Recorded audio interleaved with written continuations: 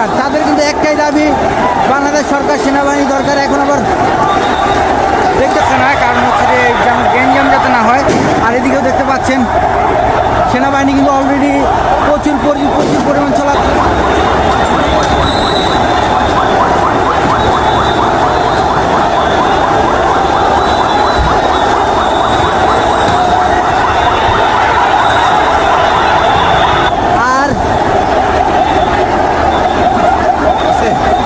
আর এদিকে চারদিকে সেনাবাহিনী মোতায়েন করা হয়েছে উইথ আর্মস।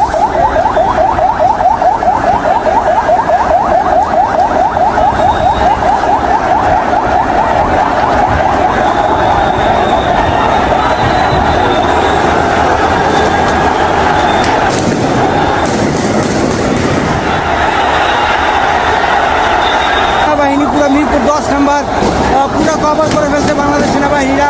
এখানে কিন্তু ছাত্ররা দেখতে পাচ্ছেন, তারা হচ্ছে যে কন্ট্রোল করে রাখছে, যেন হচ্ছে যে ছাত্ররা যাতে আরও না করে